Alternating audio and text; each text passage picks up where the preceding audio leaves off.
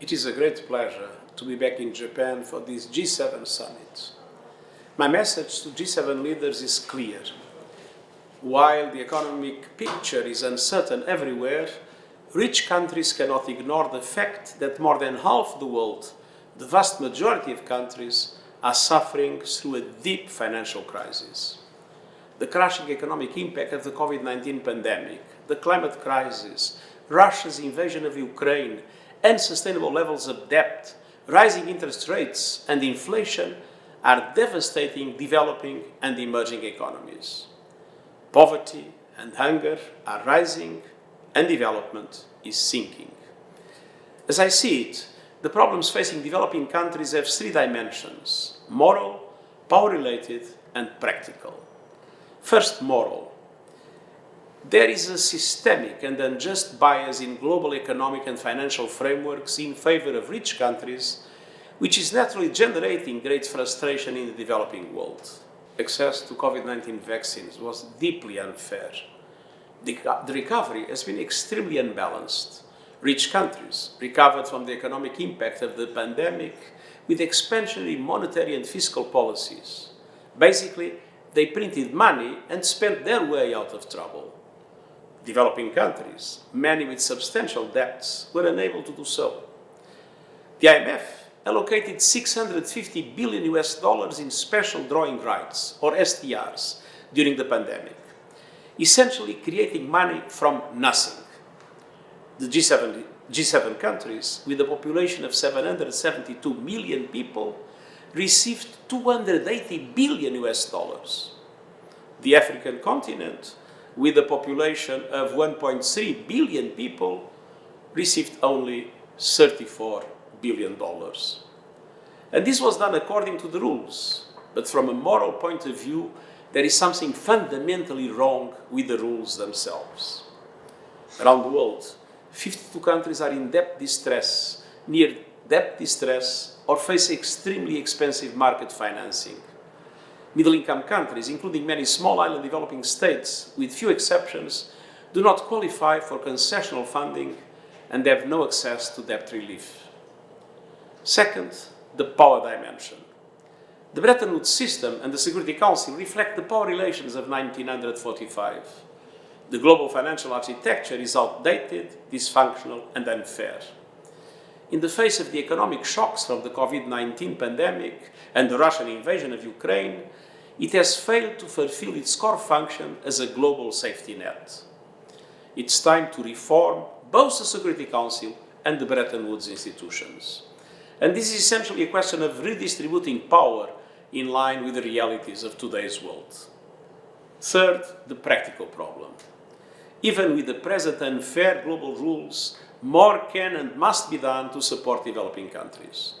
We have proposed an SDG stimulus that would provide an effective mechanism for debt relief and scale up long-term and contingency financing. If multilateral development banks work together and change their business models and approach to risk, they could massively leverage private finance for developing countries at reasonable cost.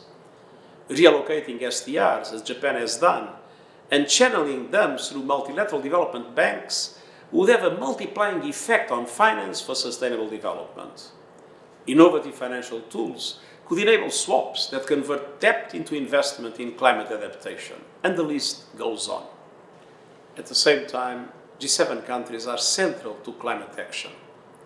We are heading for a temperature rise of 2.8 degrees by the end of this century with the present policies. The next 5 years are likely to be the hottest on record. Climate action is working, but we are clearly off track. The acceleration agenda I proposed aims to make up for lost time. It calls for all G7 countries to reach net zero as close as possible to 2040 and for emerging economies to do so as close as possible to 2050. Our Climate Solidarity Pact calls on all G7 countries to mobilize financial and technical resources to support emerging economies in accelerating decarbonization so that we stay within the 1.5 degree limit of global heating. And this requires faster timelines to phase out fossil fuels and ramp up new renewables. It means putting a price on carbon and ending fossil fuel subsidies. I call on the G7 to phase out coal completely by 2030. At the same time, we need climate justice. Countries that did the least to cause the climate crisis are suffering most. We must ramp up adaptation and early warning systems to help communities on the front lines. 50% of climate finance for developing countries must go to adaptation. It's high time for developed countries to provide the promised $100 billion per year. And the Loss and Damage Fund agreed in Sharm el-Sheikh must be operationalized.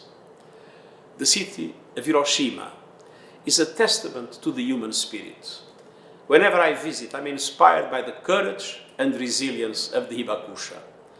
The United Nations stands with them. We will never stop pushing for a world free of nuclear weapons. I thank Japan for its generous support to the Youth Leader Fund for a World Without Nuclear Weapons. We must invest in and empower today's young people to be change makers for a safer and more secure world.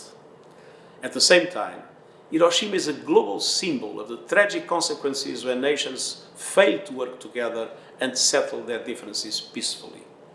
In our multipolar world, as geopolitical division grows, no country or group of countries can stand by as billions of people struggle with the basics of food, water, education, healthcare and jobs.